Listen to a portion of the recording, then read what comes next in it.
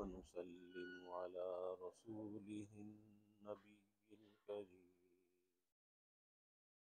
وعلى آله وأصحابه أجمعين. اللهم صل على سيدنا ومولانا محمد وعلى آل سيدنا ومولانا محمد وبارك وسلم صلاة وسلاما كثيرا كثيرا.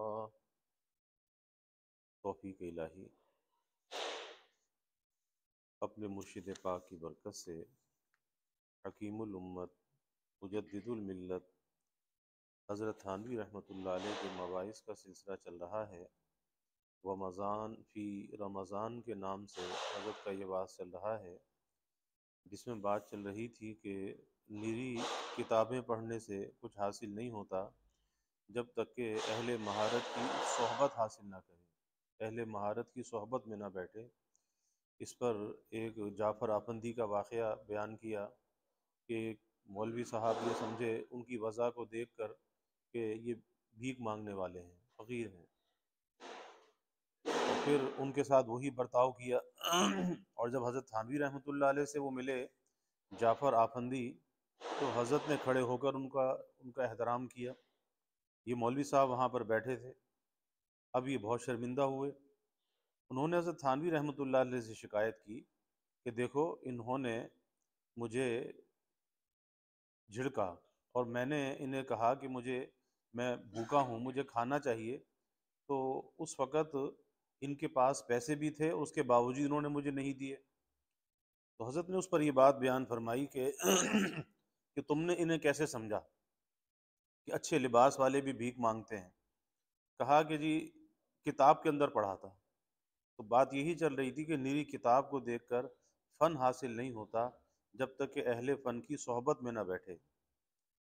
فرماتے ہیں کہ بھائی کتاب تو اعانت کے لیے ہوتی ہے، اہل مہارت کی صحبت کے بغیر بخدا اور بخدا اور بخدا جس کو فن کا حاصل ہونا کہتے ہیں ہرگز میسر نہیں ہو سکتا، چاہے جتنی کتابیں پڑھ چکا ہو اور اگر کچھ بھی نہ پڑھا ہو لیکن اہل مہارت کی صحبت اٹھائے ہوئے ہو تو فن کا حصول ممکن ہے، بلکہ بکثرت واقع ہے. آخر حضرات صحابہ رضوان اللہ تعالی علیہم اجمعین میں کیا بات تھی کہ بعد کے بڑے بڑے عارف اور عالم ان کی گرد کو بھی نہیں پہنچ سکے. کیا وہ سب کے سب لکھے پڑے تھے؟ بہت کم ایسے تھے جو اصطلاحی عالم ہوں، ورنہ زیادہ تر تو امی محض ہی تھے. چنانچہ خود حضور صلی اللہ علیہ وسلم کا ارشاد ہے کہ ہم لوگ تو ایک امی جماعت ہیں، نہ حساب جانے نہ کتاب جانے. دیکھیے حضور صلی اللہ علیہ وسلم فخر کرتے ہیں اپنی امت کی امیت پر، تو گویا اس امت کی خاص فضیلت امی ہونا ہے. لیکن باوجود امی ہونے کے صحابہ جو بے نظیر تھے کہ نہ ابو حنیفہ ان کے برابر، نہ اویس قرنی ان کے برابر، نہ جنید بغدادی ان کے برابر، نہ کوئی غوث ان کے برابر، نہ کوئی قطب ان کے برابر. تو وہ کیا چیز تھی اور کیا دولت تھی جس نے ان کو سب سے بڑھا دیا تھا؟ بس وہ دولت یہ تھی جمال ہم نشیں در من اثر کرد، جمال ہم نشیں در من اثر کرد، گلے خوشبوئے در حمام روزے رسید از دست محبوب بدستم، بدو گفتم کے مشکی یا عبیری کہ از بوئے دل آویز تو مستم، بگفتار من گل من ناچیز بودم و لیکن مدت باگل نشستم، جمال ہم نشیں در من اثر کرد مگر نہ ہم ہما خاکم کے ہستم. کہ حمام خانے کی خوشبودار مٹی ایک دن میرے محبوب کے ہاتھ سے مجھے ملی. میں نے کہا کہ تو مشک ہے یا عنبر ہے کہ تیری خوشبو سے میں مست ہو رہا ہوں؟ کہا کہ میں ایک ناچیز مٹی ہوں لیکن کچھ مدت تک پھول کی صحبت میں رہی ہوں، کچھ مدت تک پھول کی صحبت میں رہی ہوں. میرے ہم نشین پھول نے میرے اندر اپنا اثر ڈال دیا، وگرنہ میں تو وہی خاک اب بھی ہوں جو پہلے تھی۔ بس یہ تھی صحابہ رضی اللہ تعالی عنہم کے پاس دولت، کسی کی طویل صحبت تھی، کسی کی کم اور کسی کی زیادہ، مگر کمال سے کوئی بھی نہیں رہا اکملیت کے مراتب میں تفاوت تھا کہ سب سے افضل حضرت ابوبکر صدیق رضی اللہ عنہ، چاہے زبان حاصل کی ہو یا نہ کی ہو، کمال تو ہر شخص نے حاصل کر لیا تھا۔ زبان اور چیز ہے، کمال اور چیز ہے۔ اب کتابیں تو بہت سی پڑھ لیتے ہیں، لیکن اہل مہارت کی صحبت میں رہنے کا بالکل اہتمام نہیں۔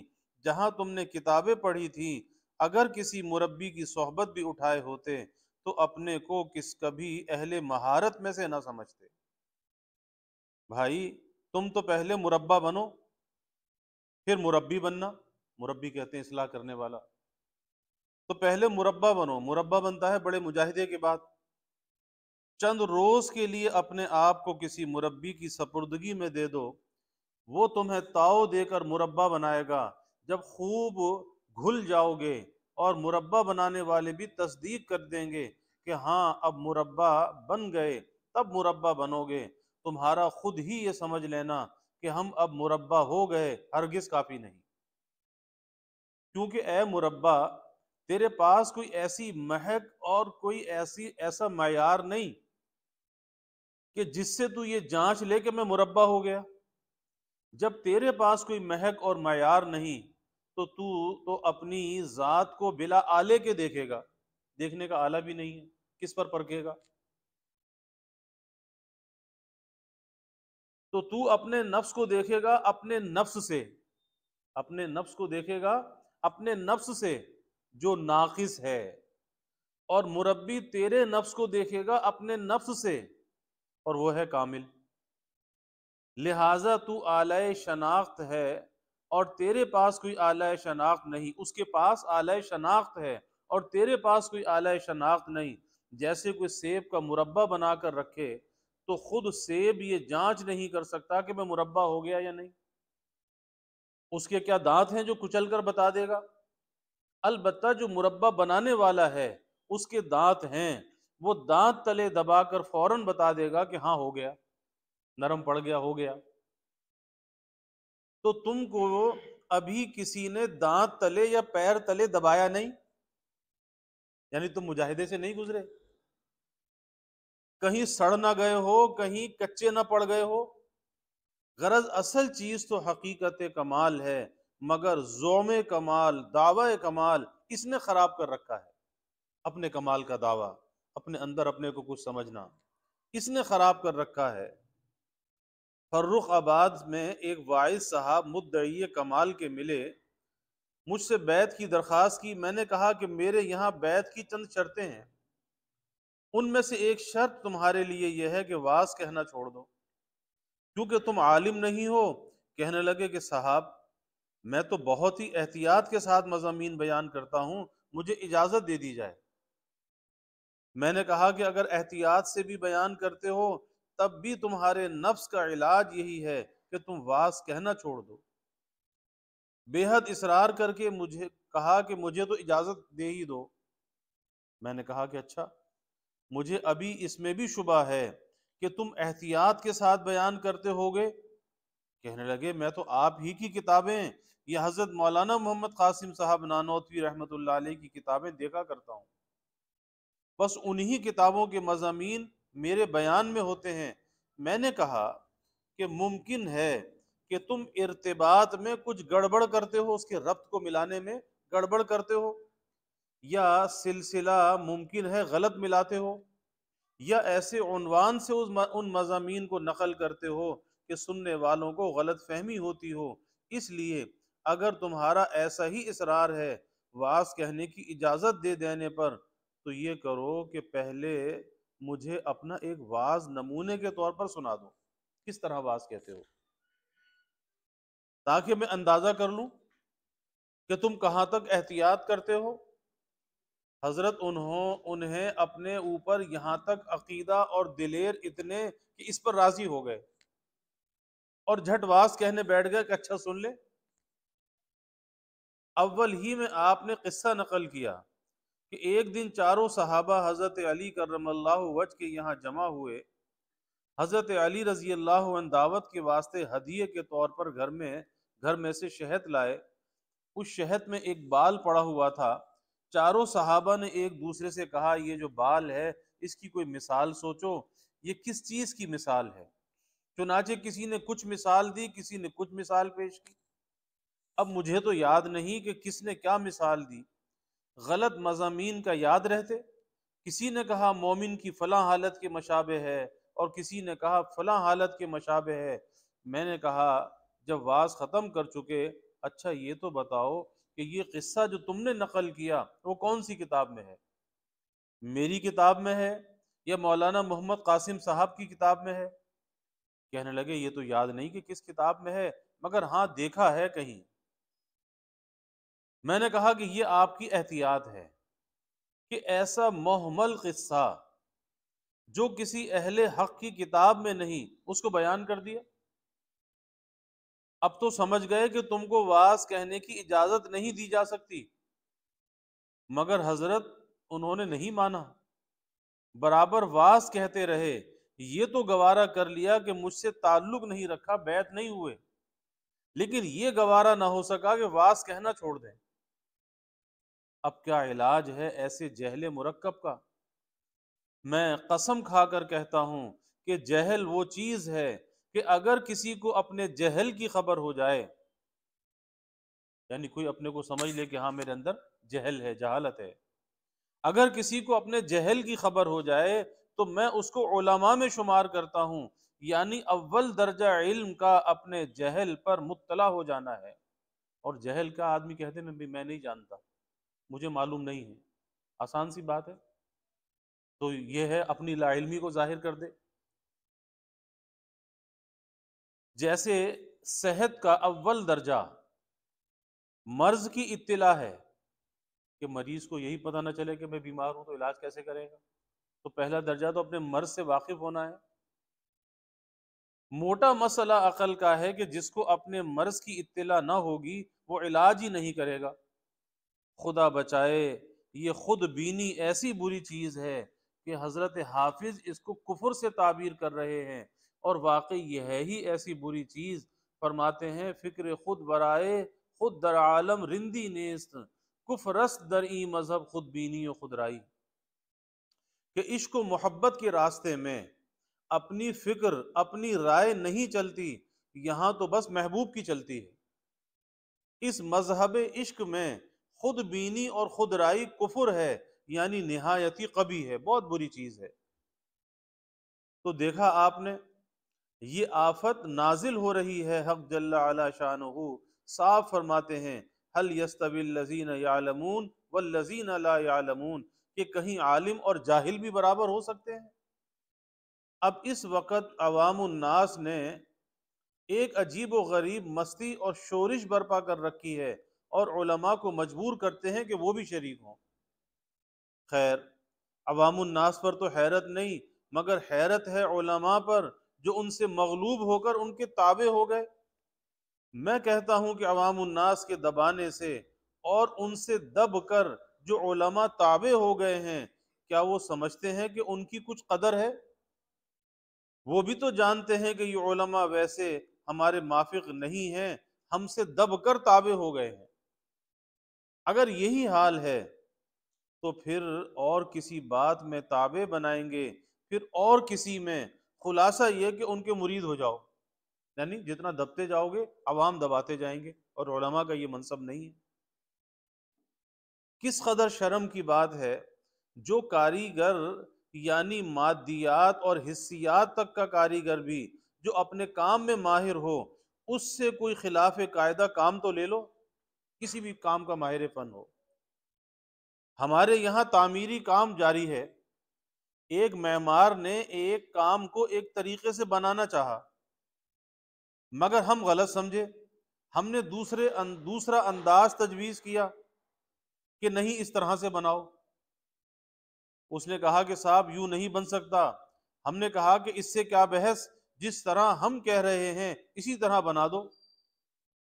ایک دوسرا معمار تھا، اس نے بھی کہا ارے جس طرح مالک کہیں اسی طرح بنا دے، تجھے کیا؟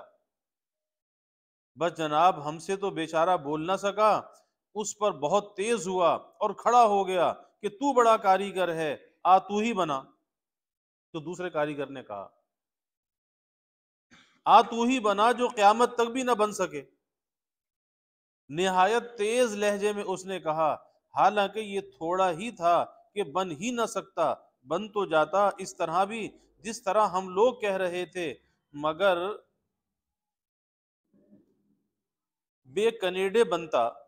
اسے اس قصور سے بھی شرم آئی کہ جو دیکھے گا وہ پاگل کہے گا بنانے والے کو، کس پاگل نے یہ بنایا ہے۔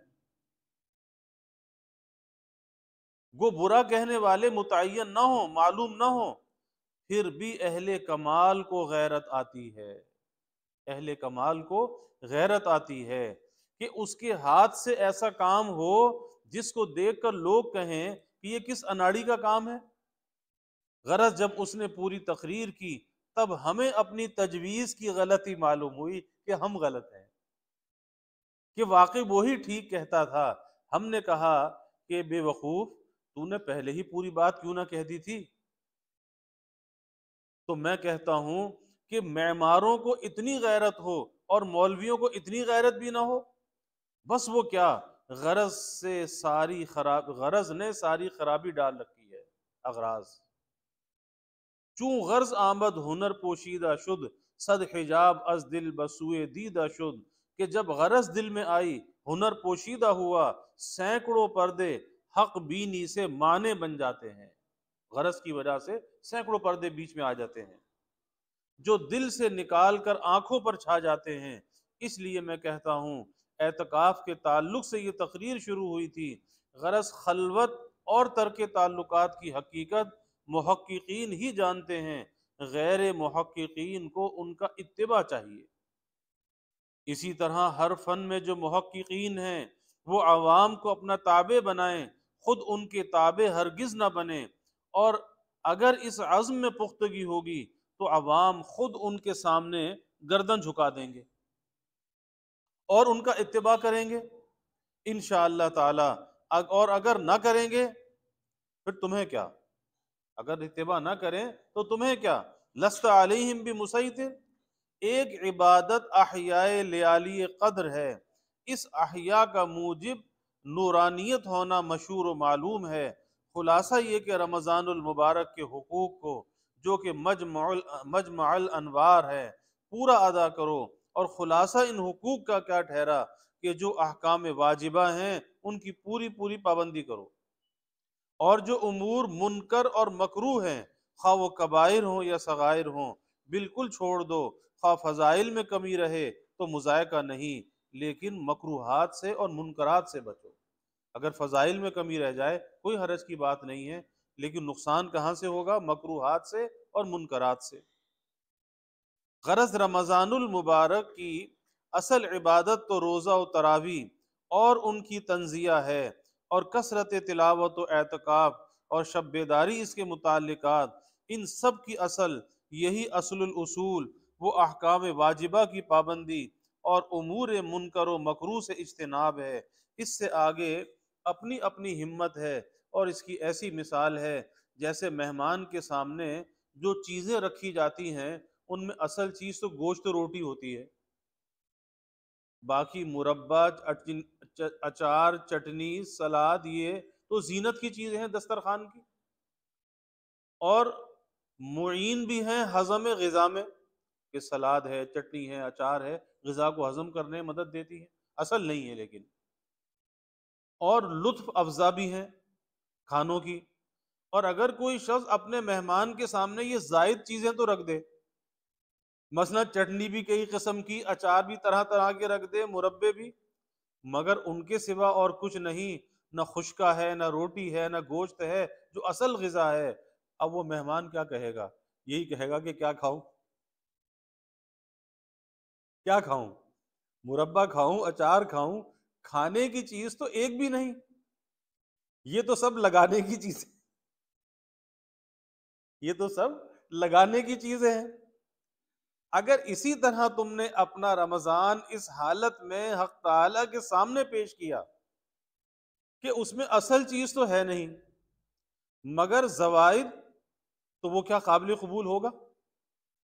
اور اگر تمہارے پاس اصل چیز تو ہے مگر زوائد نہیں ہے، یعنی اگر دن بھر بری نگاہ سے، غیبت سے اور جتنے گناہ ہیں سب سے بچے رہو، اپنی آمدنی حلال رکھو، پھر چاہے رات کو اچھی طرح پڑھ کر سو رہو، تہجد بھی نہ پڑھو، وظیفے بھی نہ پڑھو، مگر یہ کہ گناہ کے پاس نہ پھٹکو، تو تمہارا رمضان بخدا اس شخص سے اچھا ہے کہ تہجد بھی ہے، چاشت بھی ہے، وظیفے بھی ہیں، تلاوت بھی ہے، سب کچھ ہے، مگر ساتھ ہی یہ بھی ہے کہ غیبتیں بھی کر رہا ہے، برائی بھی کر رہا ہے، عورتوں کو بھی تک رہا ہے، لہو و لعب میں بھی مبتلا ہے، لڑنا جھگڑنا بھی ہے، بغض بھی ہے، حسد بھی ہے، اس سے تمہارا رمضان 1000 درجے اچھا ہے کہ جس میں گناہوں سے بچا ہوا ہے، گناہ سے بچ کے رمضان کو گزار رہا ہے۔ اگر ہمت نہ ہو بہت سے سپارے ختم نہ کرو، ہمت نہ ہو بہت سے سپارے ختم نہ کرو، سو خوب پڑھ پڑھ کر، بس فرض سنت نمازیں تو اٹھ کر پڑھ لیا کرو، باقی آرام سے مہینہ بھر گزار دو، مگر خدا کے واسطے گناہ کوئی نہ کرو، گناہ کوئی نہ کرو، تو یہ اچھا ہے۔ اور اگر ہمت ہو تو گناہ کو بھی چھوڑ دو اور طاعات بھی کرو، یہ تو پھر سبحان اللہ نور علی نور ہے، اور یہ مہینہ قابل تو اسی کے ہے کہ عبادت بھی کرو، گناہ سے بھی بچو، کہ اس میں ایسا ہی کیا جائے، یعنی واجبات و فضائل سب کو جمع کیا جائے۔ حدیث میں ہے کہ جب رمضان آتے ہی حضور صلی اللہ علیہ وسلم اس قدر طاعت میں مشغول ہوتے جیسے ہوا چھوٹ نکلتی ہے کہ اڑی چلی جاتی ہے، یعنی اتنی تیزی آ جاتی عبادت میں جیسے تیز ہوا کے اندر تیزی ہوتی ہے۔ ملاست کے ساتھ غرض رمضان کا جو مہینہ ہے اصل میں ترک دنیا کے واسطے ہے، کہ 11 مہینے خوب عیش و آرام میں گزارے ہیں، ایک مہینہ تو بندہ خدا تھوڑی بہت مشقت اٹھا لو، جیسے مولانا روم فرماتے ہیں، خوب را بگزار مشب اے پدر، یک شب در کوئے بے خواباں گزر، ایک رات خواب کو اے پدر ترک، ایک رات خواب کو اے پدر ترک کر دے اور کسی اللہ کے عاشق کے پاس اپنی رات گزار لے، پھر دیکھ ان بے خوابوں کی گلی میں کیا لطف ہے جو رشک حفظ اقلیم ہے، یعنی کسی اللہ والے کے پاس اگر رات گزارے گا تو یہ ساتوں بر اعظم سے بڑھ کر ہے۔ 11 مہینے تو سب کچھ کام کیے، ایک مہینہ خدا کے کام میں رہ لوگے تو کون سا ایسا بڑا حرج ہو جائے گا، پھر وہ بھی اس طرح کہ اس میں صحت کی بھی رعایت رکھی گئی ہے، غرض یہ مہینہ تو خاص ہو جائے عبادت کے لیے، اور اخیر درجہ یہ کہ اگر عبادت نہ ہو سکے تو گناہوں کو تو چھوڑ دو، اتنا تو کرو، گناہوں کو چھوڑ دو۔ یہ مقصود تھا میرا جس کو میں بیان کر چکا، اور مضامین بھی ذہن میں ہیں مگر وقت بہت ہو چکا، اگر موقع ہوا تو میں یا اور احباب انشاء اللہ تعالی رمضان المبارک کے جمعوں میں عرض کرتے رہیں گے۔ اب دعا کیجئے کہ حق تعالی ہم کو ہمت اور توفیق دیں اعمال صالحہ کی اور ناپسندیدہ اعمال اور منکرات سے بچنے کی۔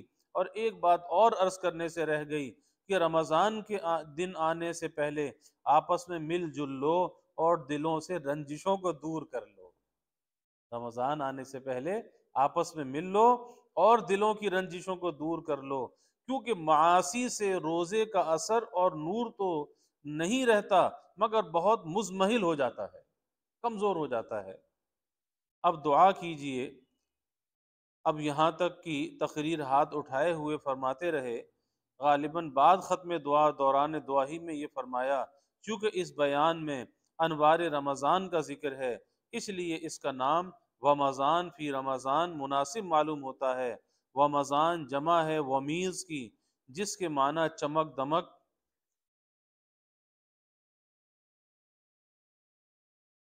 دمک کے ہیں، قضا فی القاموس ثم بحمد اللہ الذی بنعمتہ تتم الصالحات،